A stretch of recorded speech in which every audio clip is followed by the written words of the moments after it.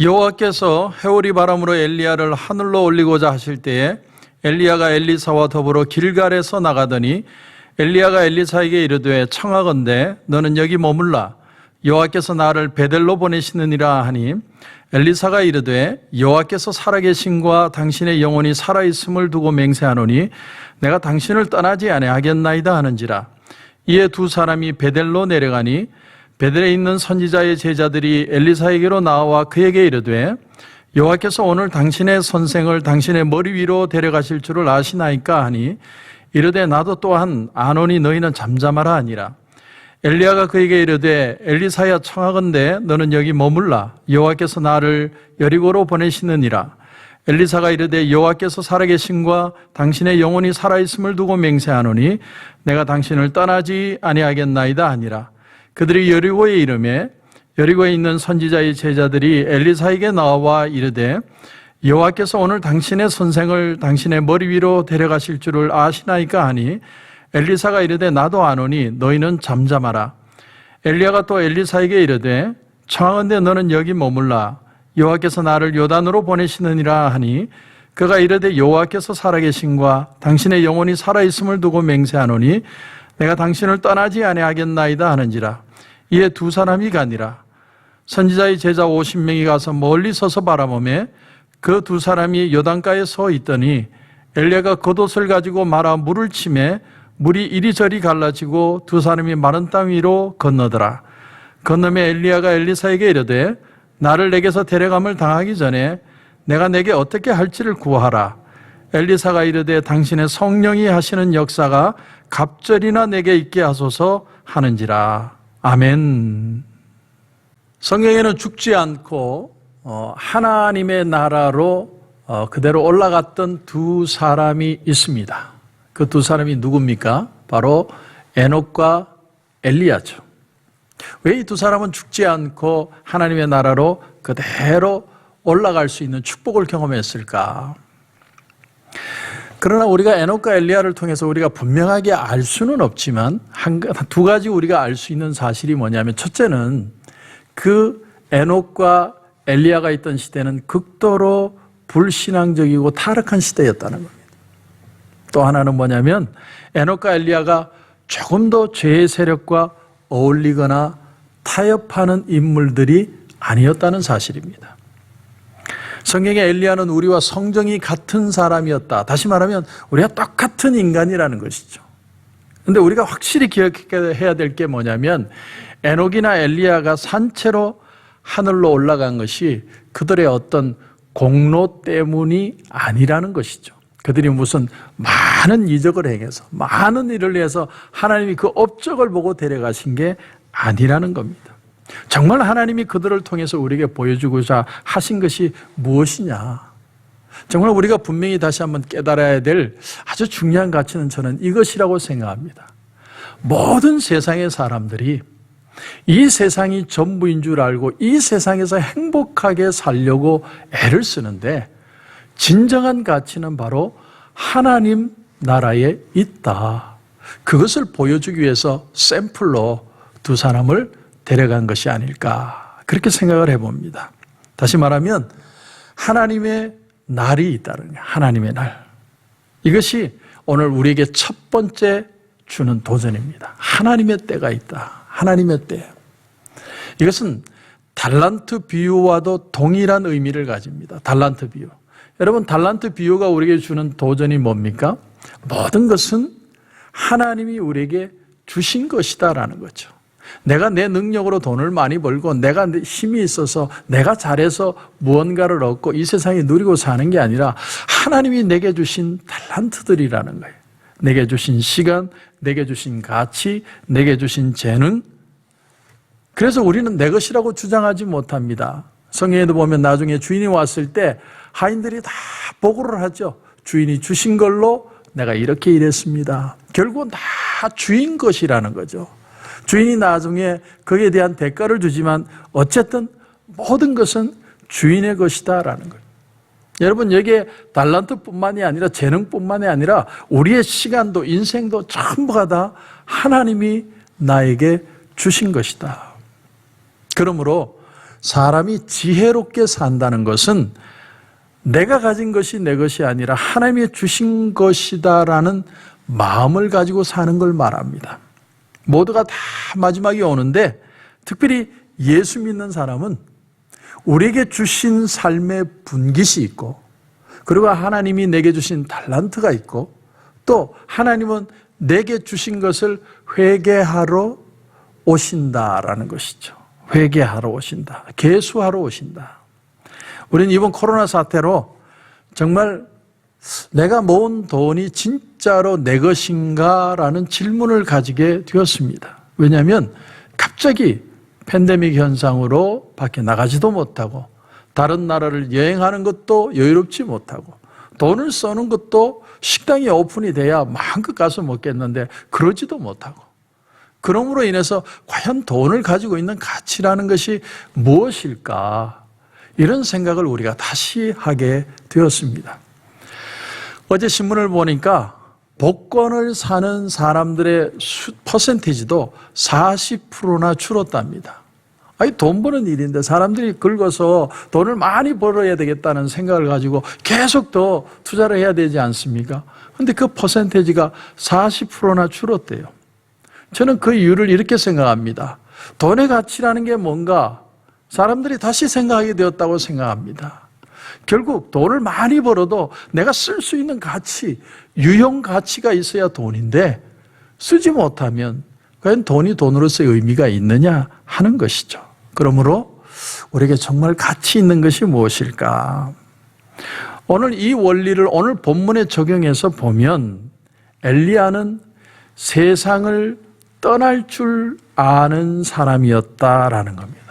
여러분, 세상을 떠날 줄 안다는 게 말이 좀 어색하지만 그 말은 자기의 때를 알고 떠날 준비를 하고 사는 사람이었다는 겁니다.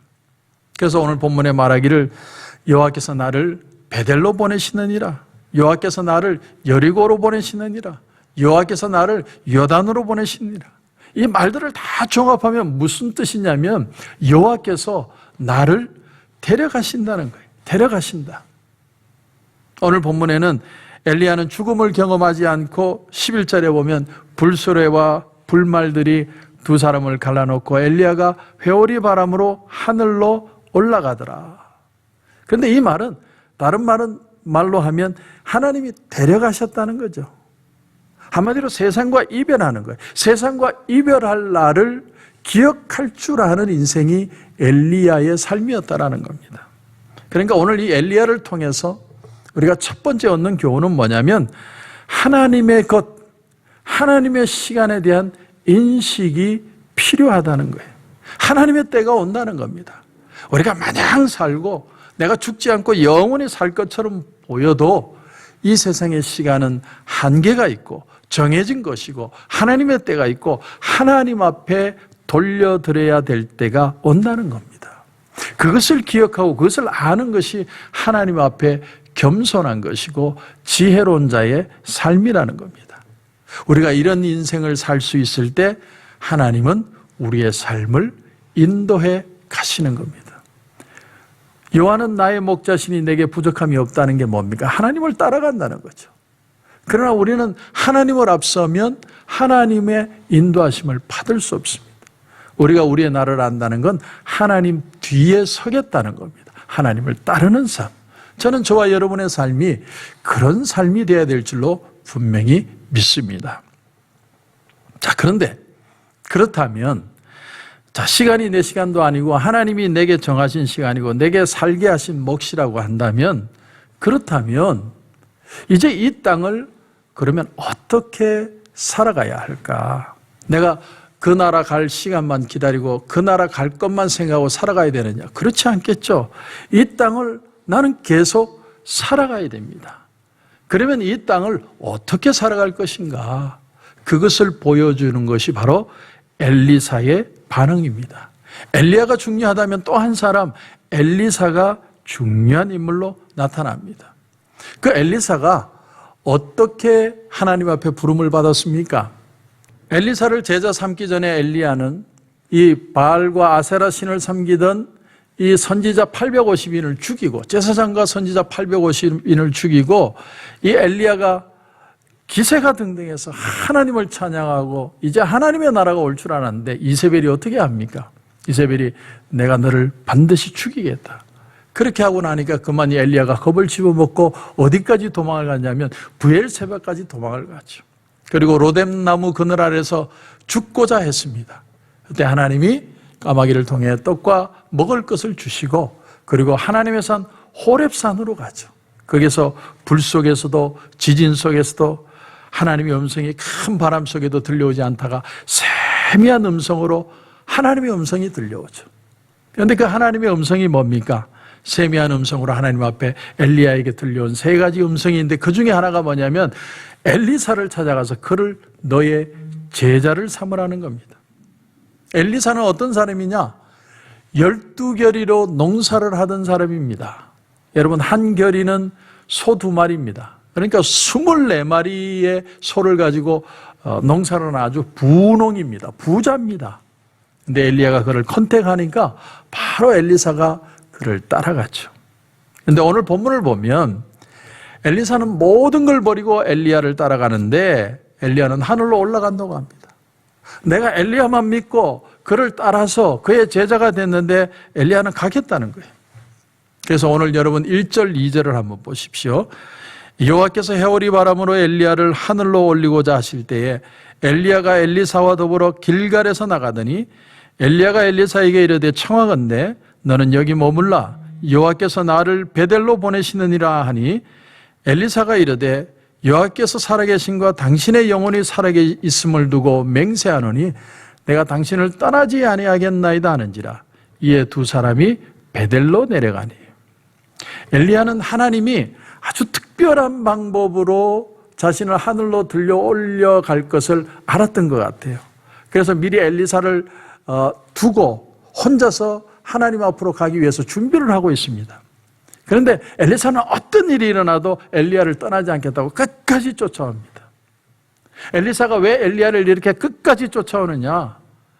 엘리사는 이 엘리야 한 사람이 이 군대 수만 명보다, 탱크 수천 대보다 더 귀한 능력이요 파워라는 걸 믿었기 때문이죠. 옛날 스코틀랜드의 메리 여왕이 수천 개의 대포보다 존 낙사 한 사람의 설교를 더 두려워했다고 그러는데, 그것처럼 엘리사는 누구보다도 엘리야가 하나님의 사람이었기 때문에, 하나님의 능력을 소유했기 때문에 그 한 사람이 얼마나 중요한 존재인가를 깨닫고 끝까지 쫓았다는 겁니다. 그래서 엘리야가 엘리사에게 말을 합니다. 여러분 9절 10절을 보시면 건너매 엘리야가 엘리사에게 이르되 나를 내게서 데려감을 당하기 전에 내가 내게 어떻게 할지를 구하라. 엘리사가 이르되 당신의 성령이 하시는 역사가 갑절이나 내게 있게 하소서 하는지라. 이르되 내가 어려운 일을 구하는도다. 그러나 나를 내게서 데려가시는 것을 내가 보면 그 일이 내게 이루어지려니와 그렇지 아니하면 이루어지지 아니하리라. 자, 엘리사는 어쩔 수 없이 엘리야를 떠나보내야 됩니다. 이건 하나님의 명령이에요. 엘리야는 갈 수밖에 없어요. 그럴 때 엘리사가 마지막으로 그에게 구하는 게 뭐냐? 당신의 영감을 갑절이나 내게 있게 해달라. 다시 말하면 성령을 구하는 거예요. 성령의 능력을 주셔서 이 어려운 세대를 믿음으로 하나님의 말씀으로 승리하게 해달라고 지금 그렇게 엘리야에게 구하고 있는 거예요. 엘리야에게 그런 능력이 있는 건 아닙니다. 그러나 하나님 앞에 기도할 수 있죠. 하나님께서 원하시면 그에게 성령을 부어주실 수 있는 겁니다. 이건 예수님과 제자들의 상황과도 똑같은 상황입니다. 제자들은 자기들의 배도 버리고 재산도 버리고 부모 형제도 버리고 예수님만 쫓아서 올인했던 인생들입니다. 그들은 오로지 예수님만 바라보고 쫓아왔습니다. 그런데 예수님이 십자가에 달려 죽으신다고 말하고는 그만 십자가에 달려 죽었습니다. 예수님이 이 세상을 떠나신 후에 제자들이 그만 두려워서 방에 숨어서 다락방에 숨어서 문을 꼭꼭 잠그고 있습니다. 근데 예수님이 부활하신 후에 제자들에게 어떻게 하십니까? 제일 먼저 첫 마디가 너희에게 평안이 있을지어다. 그리고 한숨을 내신 후에 성령을 받아라. 성령을 받아라. 제자들이 마가의 다락방에 모여서 120명이 큰 간절히 하나님 앞에 기도를 하다가 성령의 강한 역사를 경험하게 됩니다. 그리고 그들이 어떻게 돼요? 그들이 나가서 주의 복음을 증거하는데 3,000명, 5,000명이 하루에 회개하고, 그리고 그들이 마지막에 순교하면서 하나님 앞에 갈 수 있을 정도로 능력 있는 주의 일들을 감당해내게 되었습니다. 오늘 우리가 이 엘리야서 사건을 통해서 배워야 되는 두 가지 중요한 교훈이 있습니다. 중요한 교훈. 첫째는 뭐냐면 이 세상의 시간은 하나님의 시간이라는 거예요. 하나님의 정해진 시간. 내게 주신 재능, 내게 주신 물질, 내게 주신 인생, 내게 주신 시간 모두 하나님의 것이라는 거예요. 하나님의 때를 알고 하나님이 나를 인도하심을 인식하고 사는 것이 진짜 지혜다. 그렇다면 두 번째로 그 하나님을 인식하고 사는 삶의 가장 큰 축복의 삶이 뭐냐? 우리는 성령을 경험해 달라고 기도해야 됩니다. 성령이 내게 충만하게 역사하셔서 오늘 하루도 성령 충만함으로 오늘 하루를 하나님의 말씀으로 능력 있게 사는 하루가 되게 하여 주시옵소서. 이 기도와 이 능력이 필요하다는 거예요. 이 은혜가 아니면 우리는 세상을 두려워서 살아가지 못합니다. 우리의 눈은 금방 세상을 바라봅니다. 두렵고 염려되고 걱정되고 어쩔 줄 몰라고. 그러나 성령이 나와 함께 하시고 말씀의 능력을 힘입으면 오늘도 담대하게 주의 말씀으로 승리하며 살아갈 수 있는 것입니다. 그런 은혜가 저와 여러분 가운데 넘치시길 주님의 이름으로 축원합니다. 기도드리겠습니다. 하나님 은혜를 감사합니다. 오늘 엘리사 이 사건을 통해서 엘리야가 하나님 앞에 죽지 않고 살아서 하나님 나라를 간 것을 통해 하나님의 때가 있다는 것을 우리가 알게 되었습니다. 하나님의 정한 시간이 있기에 하나님 앞에 겸손하게 하시고 하나님의 때를 인식하며 살 수 있게 도와주시옵소서. 그런가 하면 하나님의 때가 있고 하나님의 방법이 있기에 우리는 성령을 구하고 성령 충만함으로 승리하는 오늘 하루가 되게 하여 주옵소서. 아무리 세상이 어렵고 아무리 세상에 난리가 나도 그 속에서 하나님의 사람들은 당당하게 믿음으로 살아갈 수 있을 줄 믿습니다. 하나님께서 오늘도 우리에게 은혜 주시고 말씀 주시고 능력 주셔서 오늘 하루를 말씀 안에 은혜 안에 승리하게 만들어 주시는 줄 믿습니다. 이 은혜 안에 승리하는 우리 모든 성도들 되게 하여 주시옵소서. 주님 은혜를 감사하며 예수님의 이름으로 기도드립니다. 아멘.